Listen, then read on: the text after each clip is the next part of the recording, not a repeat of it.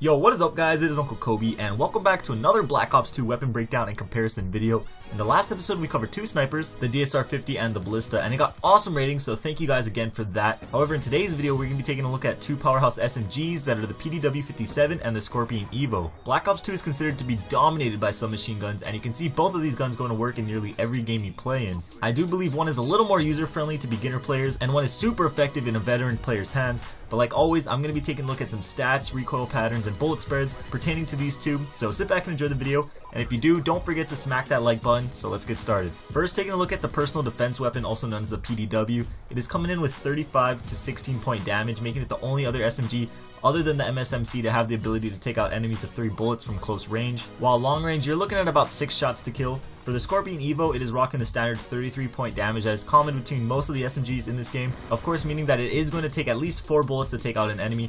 Its long range damage is slightly better at 18 points, but those 2 points really won't make a difference 99% of the time, so I wouldn't really worry about that. Taking a look at the fire rate, I'm sure most of you know that the Scorpion shoots ridiculously fast at around 1100 rounds per minute, give or take about 20 rounds, which makes this weapon the fastest shooting gun in the game. Up close, this gun seems like it instantly kills enemies because how fast it shoots, but it also makes it much harder to handle in long range gunfights. The PDW, however, comes in at an average 720 rounds per minute, which is much easier to handle at all distances, but if you do end up face to face with the Scorpion, you most likely will get mowed down instantly, unless of course you're a host, which means you're unstoppable. But moving on, what makes the PDW so effective is its massive 50 bullet magazine. This gun can easily be compared to the P90. It even has that signature flat looking magazine. By slapping on an extended clip, you're looking at about 67 bullets at your disposal, which is starting to get up there at the LMG's range. The Scorpion has a rather small magazine at 32 bullets, and when paired with its insanely fast rate of fire, you're going to be running out of bullets fairly quickly, so you're going to want to make sure you're hitting the target as much as possible. With extended clips, you're going to have 43 bullets, which is still smaller than the PDW standard clip, so as you can see, the magazine on the PDW is just really one of a kind. However, with that large clip, the PDW also has the slowest reload time at about 3 seconds, while the Scorpion reloads at little under 2 seconds, which is a little below average. So even though the PDW has a terribly long reload time, the 50 round magazine easily compensates for it. Now, taking a look at the recoil patterns for these two weapons, which as you all know has been updated slightly in that recent patch,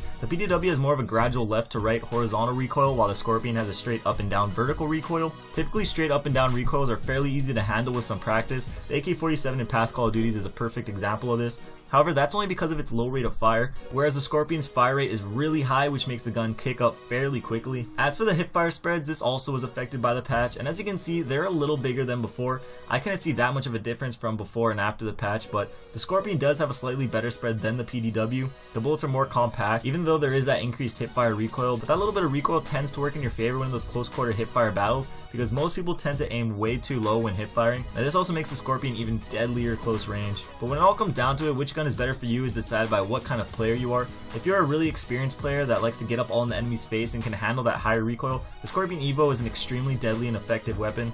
However, I do think the PDW is the overall better weapon because that large magazine, its strong damage, and its fairly low recoil. That's my opinion. Feel free to agree or disagree and leave your opinion down in the comments down below. But that's it for today's video. I hope you guys enjoyed it. These videos do take a lot of time to make, even though they are quite short, so if you can, please leave a rating. I would appreciate it very much. I got a bunch of awesome videos coming in the near future that I think you guys will enjoy, but again, thank you guys for watching. Check out yesterday's video on the left if you haven't seen it. I show you a pretty helpful trick to survive and destroy hunter-killer drones, and on the right I explain a new game mode coming to you in Black Ops 2, so hopefully you guys are having a great day. This is Uncle Kobe, and I'll see you guys later. Peace.